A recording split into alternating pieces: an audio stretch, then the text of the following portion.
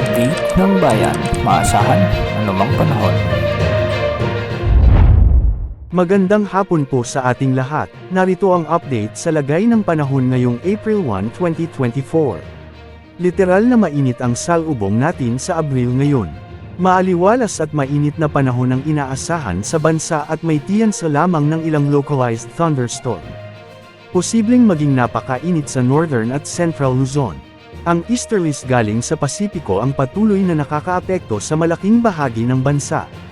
Bukod sa easterlies, apektado na rin ang northern at central Luzon ng Ridge of High Pressure Area. Ito ay extension ng isang HPA sa hilagang bahagi ng Pasipiko na may mataas na air pressure. Ito ay nagdudulot ng mataas na temperatura, maaraw na kalangitan, at napakababa na chance ng pag-ulan. Maaraw, mainit, at mababa ang tiyansa ng ulan na inaasahan sa silangang bahagi ng northern at central Luzon. Pinapayuhan ng lahat na mag-ingat laban sa napakainit na panahon. Pangkalahatang maayos at mainit ang panahon na inaasahan sa Metro Manila at nalalabing bahagi ng bansa.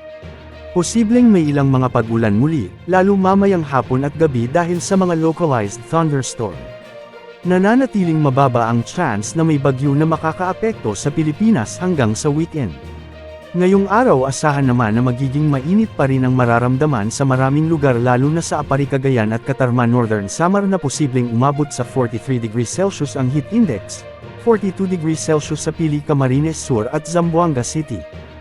41 degrees Celsius naman sa Dagupan City, Pangasinan, Puerto Princesa City at Aborlan sa Palawan, Rojas City, Iloilo City, Dumangas Iloilo, La Granja La Carlota Negros Occidental, Tacloban City sa Leyte, at Butuan City sa Agusan del Norte. Ngayong mga buwan ng Abril at Mayo kung saan ito ang mga buwan na mararamdaman ang napakatinding epekto ng tag-init, asahang mas titindi pa ang init na mararamdaman ng ating mga katawan kaya ugaliing manatili sa malilim na lugar lalo na pagsapit ng tanghali hanggang alas 3 ng hapon. Umiwas sa direktang sinag ng araw kung kinakailangan at uminom din ng maraming tubig para makaiwas sa heat stroke at dehydration. Yan ang update sa lagay ng panahon ngayong hapon. Ito po ang weather update ng bayan, maaasahan anumang panahon.